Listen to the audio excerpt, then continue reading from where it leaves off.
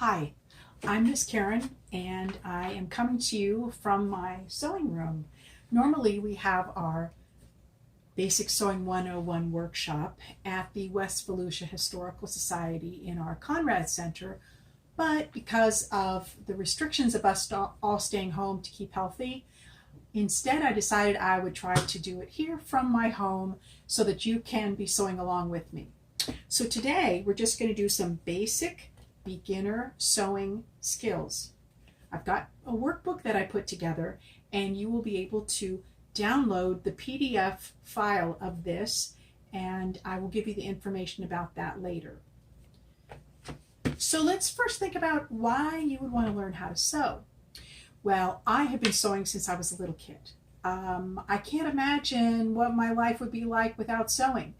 I sewed all the curtains in my house. I sew lots of my clothing. I make gifts for people. I repair clothes, mine and my husband's. I sew on buttons or sew up seams and do all kinds of modifications as well. So for me, sewing has been not just a useful tool, but also a creative tool.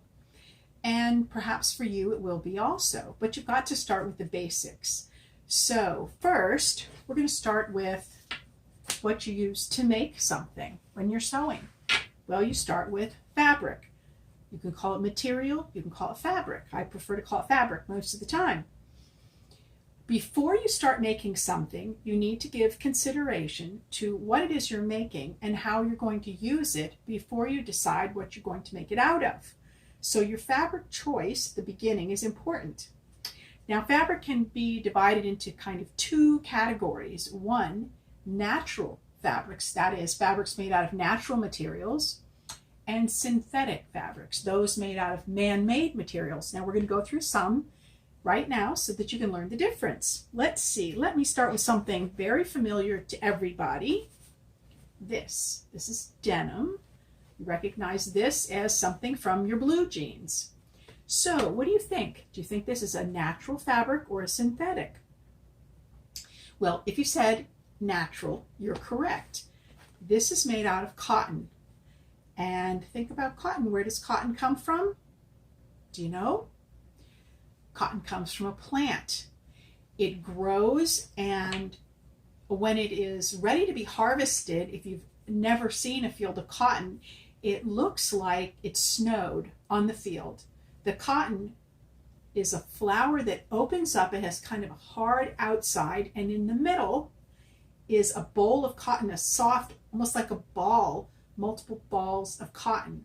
And that cotton is spun into thread and woven, and that's where we get this material, cotton. So cotton is a natural fabric, so we'll put it over here. Let's see. Here's another one. Okay, you can't see this very well, but I will tell you that it's nice and soft. And this is also cotton, so this is another natural fabric. Interesting. Look at this. It stretches. How about this one? Does this one stretch? Not really. So if we're going to make something that needs to stretch, we've got to be looking out for that. Okay, let me get another one here. This. How about this one? I made a dress out of this one time. Really is stretchy. And this is polyester, which is a man-made synthetic fabric, and it has a lot of stretch. So that's going to go over into this pile, which is the synthetics. Here's one. I love the color of this. I mean, this is bubblegum pink, and this has got to be the stretchiest fabric I think I've ever seen. This, do you think this is man-made, or do you think this is natural? It's man-made. It's a man-made synthetic, and it's really stretchy. Let's see. Here's another one. Okay, have a look at this. It's very soft, very nice and soft. And this is something that generally you would wear clothing out of in the colder weather. So this is wool. Now, wool, where does wool come from? Is it natural? Is it a synthetic? Well, if you are thinking that wool comes from sheep, you're absolutely right. It's a natural fabric. It comes from an animal. Natural fabrics come from either plants or animals. This one comes from an animal, from a sheep. A sheep is sheared 1 or 2 times a year, depending on what part of the world the sheep live in. And then that wool is carded and cleaned and spun into a thread or a thin yarn and woven and dyed, and here we go, wool. So wool is a natural fabric. And is this stretchy? Not too much. Not too much. Let's see. How's another? Oh, here's a tricky one. Not sure how much you can see this, but it's very soft, and it actually has a very nice sort of shiny sheen to it. This, I will tell you, is silk. Is it natural? Is it synthetic? Do you have an idea? Do you know where silk comes from? Well, silk is actually a natural fabric because silk comes from a silkworm. The silkworms spin a very thin, very, very thin, kind of like a thread that winds around them into a cocoon. Well, those cocoons are collected, and then they are spun together and woven, and there you get silk. So silk is another natural fabric. Let's see what else we have. Well, here's another one, and this, no stretch to it, and this is, you can't tell, you can't feel it, but this one is cotton, which is another natural fabric. Well, here's another interesting pattern to this, and this is a synthetic fabric. This is man-made, and I don't even know what exactly the fiber content is, but it is a synthetic, and I would not really consider this stretchy. Oh, here are another couple. Well, I used these fabrics when I made a costume for the dog parade for my dog. Look at this, stretchy, stretchy, stretchy. This, do you think it's natural or synthetic? Synthetic and super stretchy. And this was part of the costume as well. And this is also a synthetic man-made fabric. This one does not stretch. And I left the trickiest one for last. Have a look at this. This is actually linen. You've perhaps heard of linen. Linen is used to make lots of clothing and other items around the house. So linen, do you know where linen comes from? Do you think it's natural? Do you think it's a synthetic? This is the one that in my workshops is usually the one that stumps most kids. Linen is a natural fabric. Linen comes from a plant. And I will tell you that linen grows a lot like wheat. This is a big, tall plant. It's cut down. It's let to dry out. And in fact, they want to keep it kind of wet so the outside rots off. Yep. And then after they clean off all of the outside of these, looks like wheat or straw, inside is a long, thin fiber, multiple fibers. And those fibers are actually linen. And they're spun together to create a thread or a yarn that is then woven to create the fabric that we know of as linen. But linen is a natural fabric, and it's from a plant. So you can see we've got some natural fabric here, natural fabrics from plants and from animals. And got one from a worm, kind of different. So you want to think about making your first project. Well, let's see. Is it something that's going to need to be stretchy, like a t-shirt? Okay, I want it to be stretchy so that it's comfortable. Is it something like you're going to make a bag of some sort? Does it need to be really strong, so you need a thick fabric? Those are things that you need to think about before you start. Okay, now the next thing we'll talk about briefly is the tools that you need when you're sewing. You can sew with very simple tools. You need a pair of scissors, sharp ones, sharp enough to cut through fabric.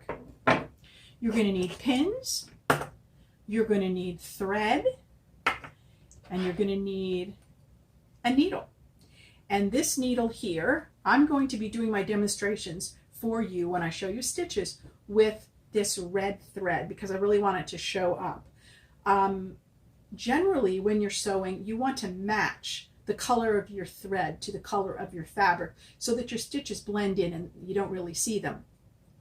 But for my purposes, I'm going to use something that really shows. So I'm going to use this as a contrast so that you can really see the stitches so that you get the idea of what we're doing. And this is my little pin cushion that I just made because it's almost Easter. And this is made out of wool. This is felted. And we may be talking about felted another time. Some of you have probably taken one of my felting workshops, and this though would be needle felting, which is something we're going to be doing later. So the next thing we're going to do is we're going to go on and learn some basic stitches. The first stitch that we're going to do is the running or basting stitch. This is a really good one for quickly putting things together or gathering up something you might want to do later. But the first thing we have to do is go out to thread our needle. Now I am doing this standing here behind, sort of behind the camera here. I've threaded my needle. I'm going to pull a bit of thread so it's about 1 foot long, and then I'll cut it off. And now, if you can see this, there are 2 ends to your thread. I'm going to take one of the ends and I'm going to put a knot in it. Now, when you download the book, you will see about how to make a knot. There are a number of ways to do it. This is how I do it. Wrap it around my finger a couple of times, and now with my thumb and my index finger, mostly my thumb, I just slide it off. Now with my index finger and my thumb, hold on to that and gently pull, and up. You can see that, made a knot. Okay, that's something you want to practice. So the running stitch, or the basic basting stitch. All right, I'm going to get myself here behind the camera. I'm going to start from the bottom. One thing I forgot to tell you is the front side of the fabric we call the right side. The back side we call the wrong side. So we've got the right side and the wrong side. I want my knot to be on the wrong side. So I'm going to start by putting my needle in from the wrong side and pulling it up until I feel that knot catch. Now here's a hint for you. When you're pulling, hold your needle down here where you're also holding on to the thread. If you hold your needle up here and you keep pulling, what's going to happen is your thread's going to move and move, and your thread is going to come back out through the eye of your needle, and you're going to have to thread it again. Not something you want to do. So here we go, and we're going to try our running stitch. So now we're going to take our needle and put it from the right side to the wrong side, pull it through up until we have a nice stitch. Now we're going to come in from the wrong side, back up, and there we make another one. Whoops. I'm not looking at my hands, I'm looking at the camera, and I need to just look at my hands. All right, let's do another stitch. And back. Remember, hold here on your needle so you don't lose your thread. Another stitch. And what I want you to do is now get yourself a needle, some thread, a piece of fabric, a pair of scissors, and I want you to knot your thread once you've thread your needle, of course, and then I want you to just stitch with a running or basting stitch right along one edge of your fabric till you get to the end. And once you do that, we'll come back and we'll talk about the next stitch.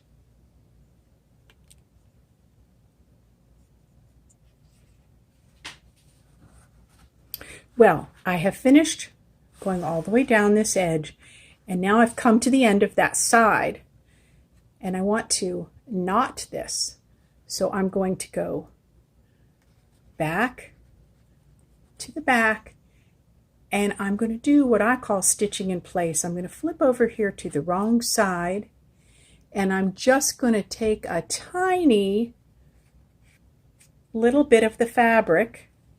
I'm going to pull it up, and you see that loop of thread? I'm going to stick my needle through the loop, pull it, and up. There I have a knot. And now I'm going to take my scissors and I'm going to trim it off. Not too close to the knot, just leave a little bit. Now I also want to show you another thing that you can do. Once you get a lot of practice with this, let me thread my needle again. Once you get a lot of practice with this running stitch, I'm going to show you a little bit faster and easier way to do it. I'm going to put my knot here, and let me see if you're going to be able to see this. I'll come around behind again, make it easier. So I'm going to start from the wrong side again and pull my thread in. And now, watch what I'm going to do. I'm going to put my needle in, and before I pull it all the way through the back, I'm just going to poke it up through the right side, back to the wrong side, in and out, in and out a number of times. Now you can see I've got a bunch of fabric bunched up here on my needle. Now I'm holding on so I don't lose my thread. I'm going to pull it. I have to switch hands again. I'm left-handed, so I'm doing this all left-handed. If you're right-handed, you just do it from the other side. I'm going to do it again. Poke it in, and now just going to push it through. Now for this is just practice, and you can be doing this with any fabric that you have around the house. It doesn't have to be a solid color. It can have a print. It can be any fabric that you have, because this is just a practice piece. And I'm going to do one more, and I might be able to get all the way to the end this way. Oh, there we go. So my last stitch is going to end up with the thread on the wrong side. That's just where I want it. I'm going to take a little bit of you can see I just picked up with my needle a little bit of fabric. I'm going to pull it slowly through. I'm going to look for that loop. There it is. I'm going to stick my needle through it and give a little tug, and there I have a knot. Now I'm going to get my scissors, and I'm going to snip it off. Leave just a little bit, not too close to the knot. And there you go. I've got 2 rows. So now you go ahead and see what you can do with your needle and your thread and a piece of fabric, and see what you can do with a running stitch. And I'll be back in a few minutes. Well, now that you've been practicing your basting or running stitch, we're going to go on to the next stitch, which is the overstitch or the whip stitch. Now this is a great stitch to learn for putting 2 pieces of fabric together. So I'm going to get back up here so that you can see it up close. I've taken my practice piece and I have folded it right sides together. That means all my knots are on the inside. All right. Now I already have threaded my needle, and I have a knot on the end, if you can see the knot. I'm going to take my needle, and I'm going to open up these 2 layers here just a bit. I'm going to stick my needle in and pull it through And the reason I'm doing this is because I want that knot to stay in the middle. I'm making like a sandwich, and I want that knot to be sandwiched in the middle so we don't have to see it. All right, now I'm going to bring my needle up to the top. You see it came out, my thread came out the bottom. I'm going to go around, and I'm going to put my needle now from the top through both thicknesses of the fabric and pull it through. There we go. Oh, look at that. I'm going to do it again. Put it through and whoops, whoops, whoops, whoops, whoops. Pull it. Pull it a little bit more. Ooh, this is awkward trying to sew with my hands whipped around this camera. I'm going to move over to this side and see if I can do it a little more easily, but make it so that you can still see it. This ought to work. Okay. I'm going to go from the top to the bottom once again, and I'm going to pull it through. And what you can do is you can adjust your stitches so that they look nice and neat. All right, I'm going to do another one.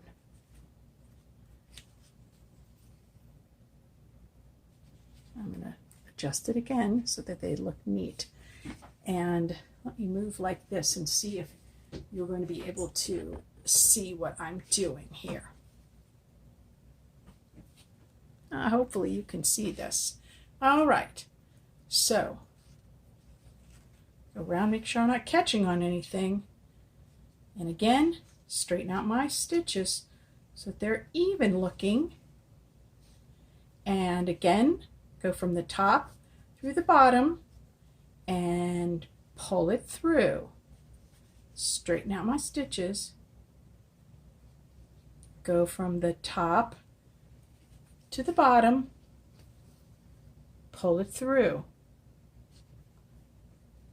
Top through the bottom, coming out the bottom, pull it through. Whoops. From the top to the bottom and pull it through. Hopefully you can see this. I can't see what you're seeing on this camera, so hopefully you can see it. Top, down from the top, you're coming out the bottom, and we can straighten up our stitch a little bit. Okay, let's see. I'm going to hold this up to make sure you can see these stitches. Okay, these are not the neatest stitches I've ever done, but generally I'm not sewing with my arms up in the air like this. But I will do the best. We're doing the best that we can under our rather unusual circumstances. So I want you to continue all the way to the end. And you can pause your video here, and then when you get to the end, we'll start it again.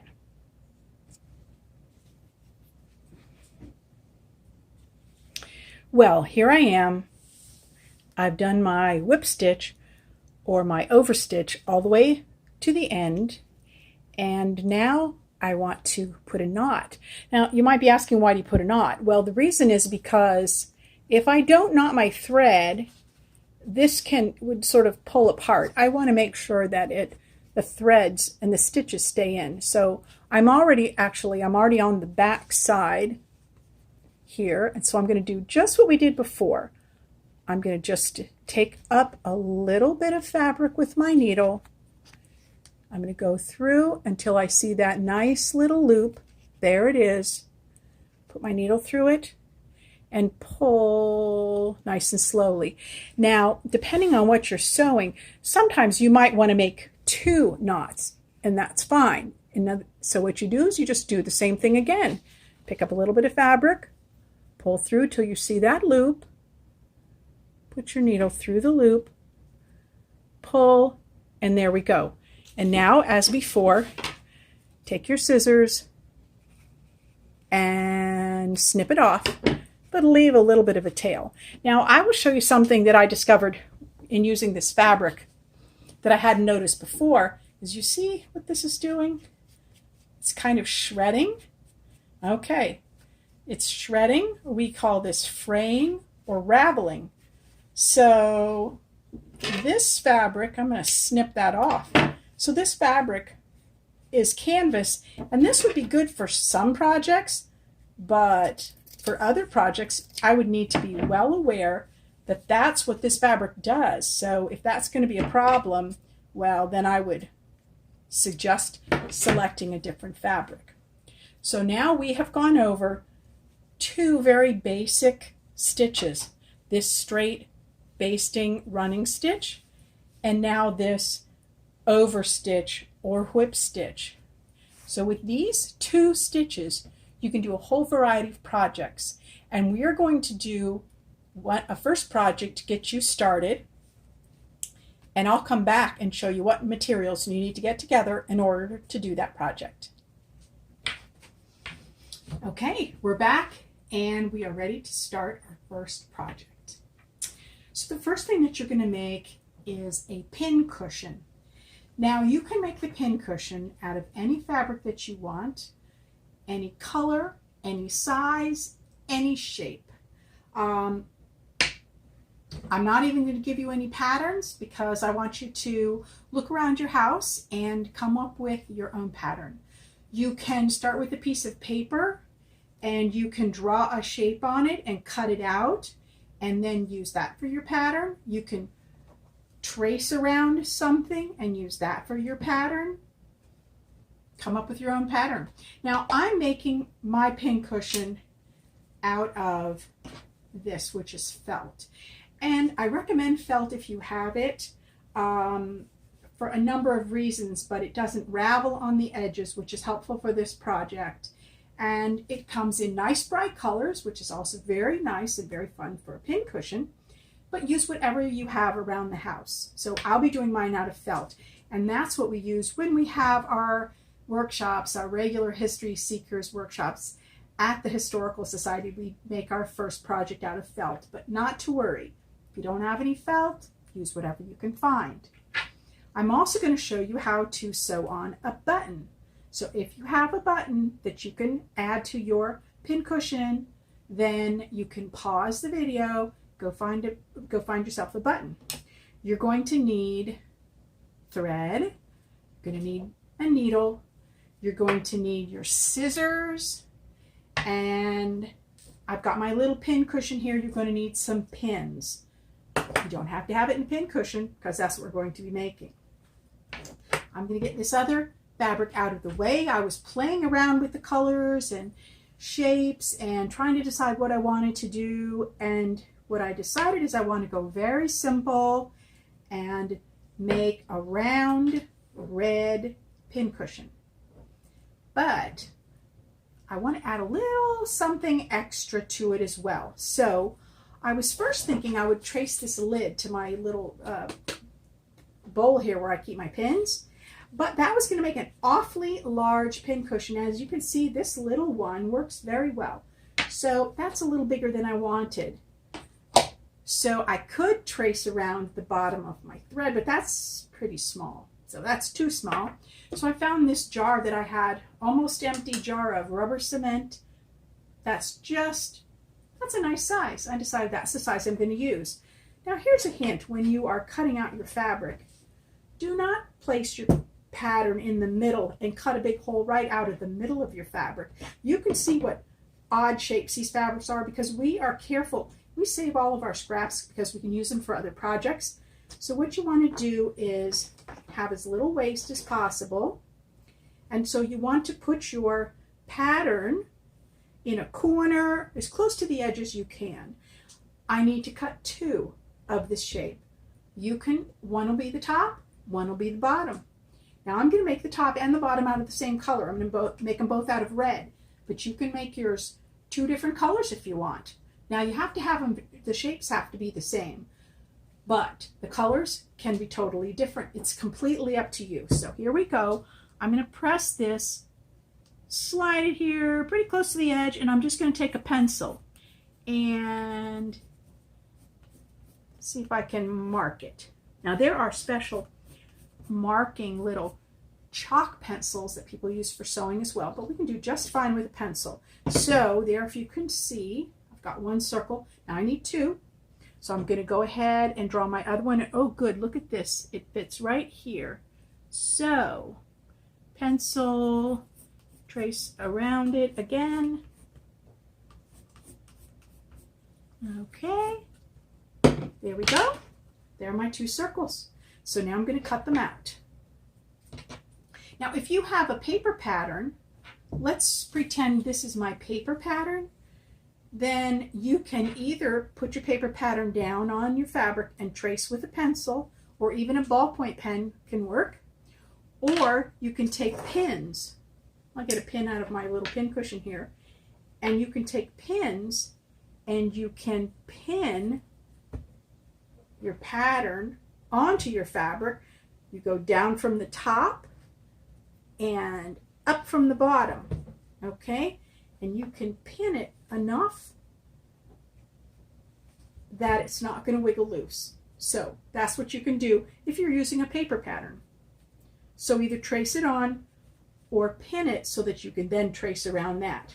Put those back in my pin cushion. Put that out of the way. Now I'm going to cut out my two circles.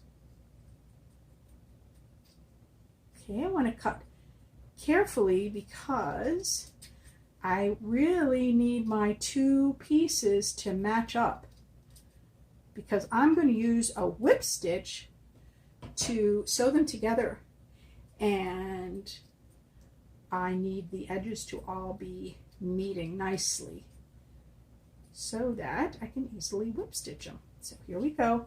I'm cutting this. I'm trying to be careful and trying to cut on my pencil line. So you will do that too. And at any point that you want in this video, just stop the video, pause it or stop it, and then you go and do your part on your project and then turn it back on again. Okay, cut out my two pieces, my bottom and my top of my pin cushion, and I'm going to lay them on top of each other and double check that they match up pretty well. Now, I want to add a little something else to my pin cushion to jazz it up a little bit. You don't have to do this. You can if you want. You know, in past workshops, I've had some kids who are really creative who have done some terrific things with their pin cushions, made them very complicated, and that's great. This is a kind of project that you can make it as simple or as complicated as you want. It's all up to you. You get to make all the creative decisions, so that's great. Well, I decided that I want to put a flower on the top of it, and I'm going to just cut a square. I'm just kind of eyeballing this. Okay. Kids who've taken workshops with me before know that a lot of things I do, I just kind of like to wing it, kind of seat of the pants. So I'm just going to wing it on this flower. Let's see, I'm folding it in half and then folding it in half again. Let's see if I can make this, I'm drawing a little line here, into a flower. Well, we'll see what happens. Okay, I'm going to just cut it. I'm trying to cut through 4 thicknesses, which is kind of a lot, but it's okay. All right, cut it from that side. Cut it from this side. Not really sure what this is going to look like. Hopefully it'll look a little bit like a flower. It might. Then again, maybe not. Let's see. And, well, it's kind of a funny shaped flower. Let's see. I can kind of trim it up a little bit with my scissors. It's sort of long. I don't think I want it quite that long. I think I'm going to just kind of cut a little bit of this off here. Oh my. Okay. Well, you know, every flower in nature is a little bit different. And that's why it's kind of fun to just do whatever you want. There is no right and there is no wrong to this. So, woo, this is a very unusual shaped flower. It's okay. I kind of like it. Has its own little personality. All right, when you see this, you might think it's a funny flower. That's okay. I kind of like it. So here's my flower. And I'm going to put my flower on the top of my pin cushion. Then I'm going to put a button right in the middle of it. And that button, excuse me, my button is going to hold my flower on there. So in order to sew on my button, I want to show you how to do that. You're going to take your thread, cut off a piece, and you're going to thread your needle. Now I'm not sure if I'm too far away. I'm not sure how well you can see this, but you know how we have two ends to our thread, and generally we just put a knot in one end, but when we are sewing on a button, we want both of the ends together, and we're going to knot both of the ends together into one knot. The reason is because buttons have a little tension on them, and you want to make sure they're really sewed on securely. So now I'm going to get over here a little closer so you can see what I'm doing a little bit better. So here I've got my knot in the end. Both ends are together. Here is my button, and I'm going to go up, going to go in from the bottom because I want my knot, it's hard to see red on red, but my knot is on the wrong side of the fabric, and I'm going to go now back down the other hole. I'm going to go up through one, down through the other. I like to tell kids to do this at least 4 times. That was 3 times. That is 4 times.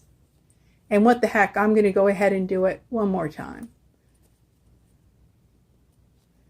Okay. Now, my button's on there. It's pretty secure. Now I have to knot my thread. So I'm going to go in just like we've done before, pick up a little bit of the fabric, pull through so I see the loop. Now the loop this time, I'm not sure if you're going to be able to see this, but the loop is 2 threads. That's fine. Go through both of them. Oops, go through both of them and pull it. And I'm going to do a second time.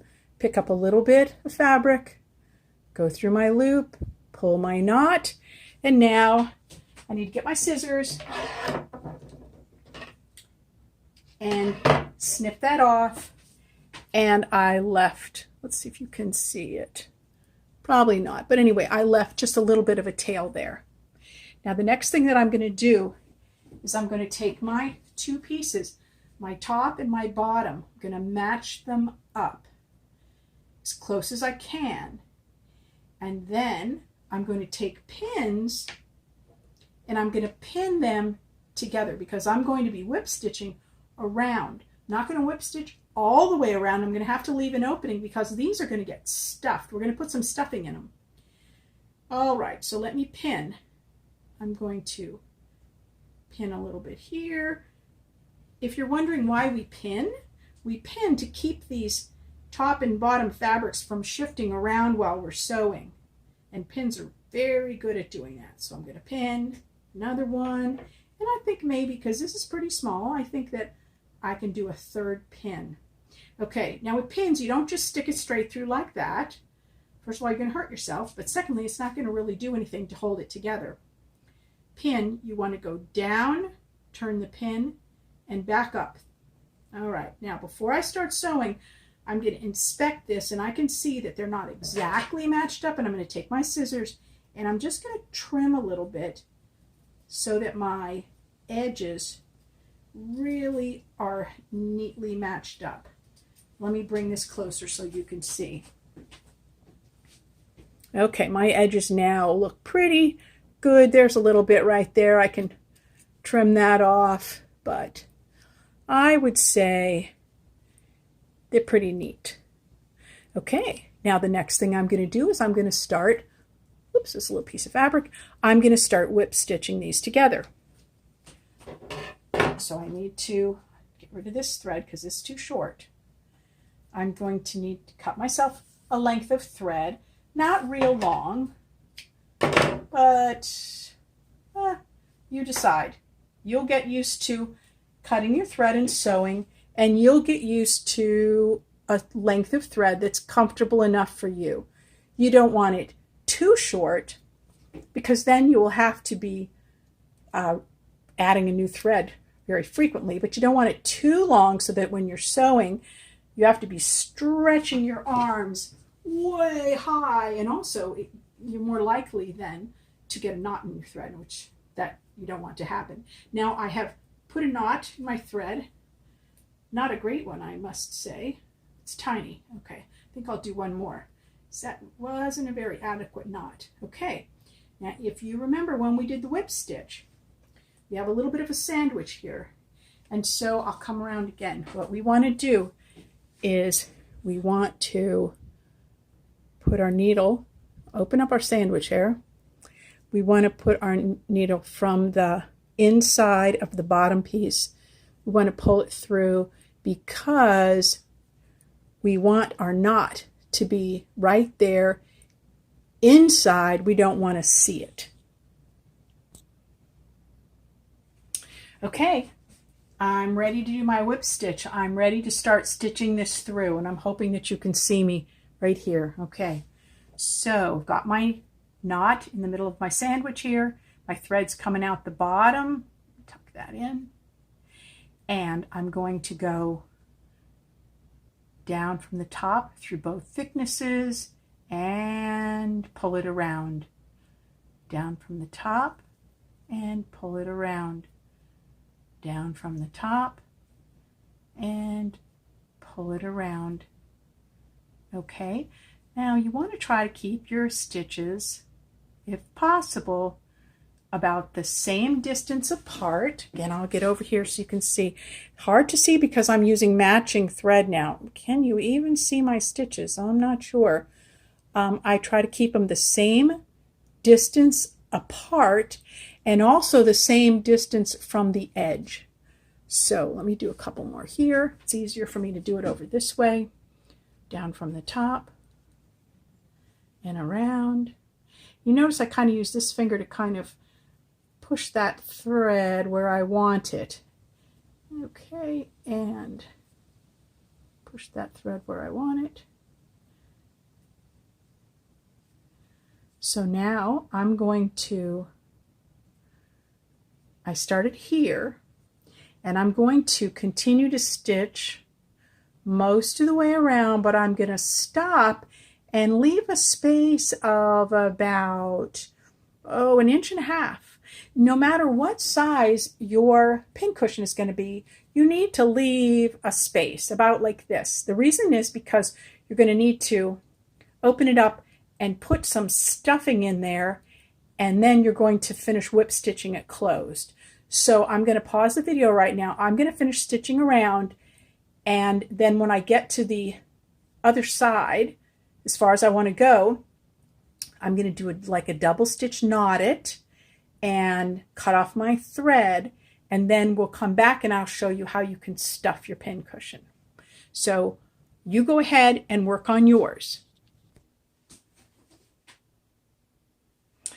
Okay, I have finished stitching it all the way around from here around to here, leaving this part open.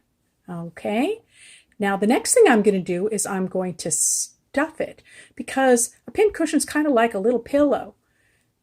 So I've got some batting here, which is a polyester man-made fabric, man-made material rather. If you can see that, it's just puffy, and I put it in there, just push it in with my finger. Sometimes you might find a pencil helpful to push it down in there. In our workshops, we have chopsticks, and we use chopsticks to make sure that we can get our fiber fill or batting in there. Now, it doesn't have to be hard as a rock, but you see how it's getting kind of puffy and fat? That's what I want. I want it like a little pillow. So let's see. I can decide, is this as fat as I want it? Do I want it puffier? Maybe I'll add just a tiny bit more. Just a little bit more. Okay. Push it in there. Okay. And yep, that looks pretty good. I think that looks the way I want it to look. Yeah, let's see. Then it's going to get sewn up like this, and this is going to be my pin cushion. And what's kind of fun is the flower is just going to be kind of flipping all over the place. Although when I start pushing pins in it, that'll hold it down. So the next thing I do, and really it's the last thing for this project, is then I need to whip stitch this closed. So I'll show you how to do that. I already have my thread knot, my needle ready. So just the same way as we started this originally, I want to hide my knot. So I'm going to go through the bottom of the sandwich so that I can put my knot inside so it doesn't show. Now I'm going to pinch it closed. You can also use a pin to hold it closed if you want, but this is such a small space, I think I can just hold it with my fingers.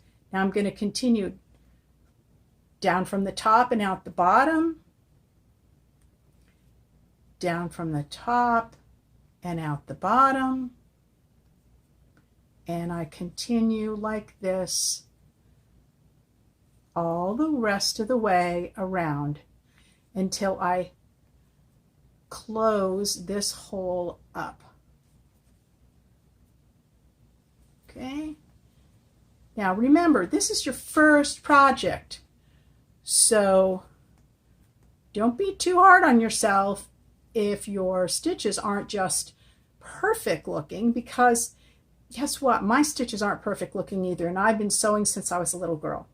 So do not worry about that. Also, we're not striving for perfection. We're having fun here.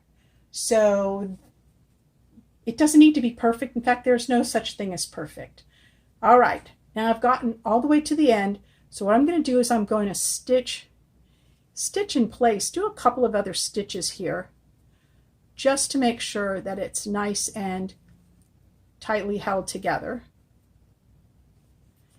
And then I'm going to stitch right in place. Let's see. I hope you can see this. Let me come around here, and you see the loop?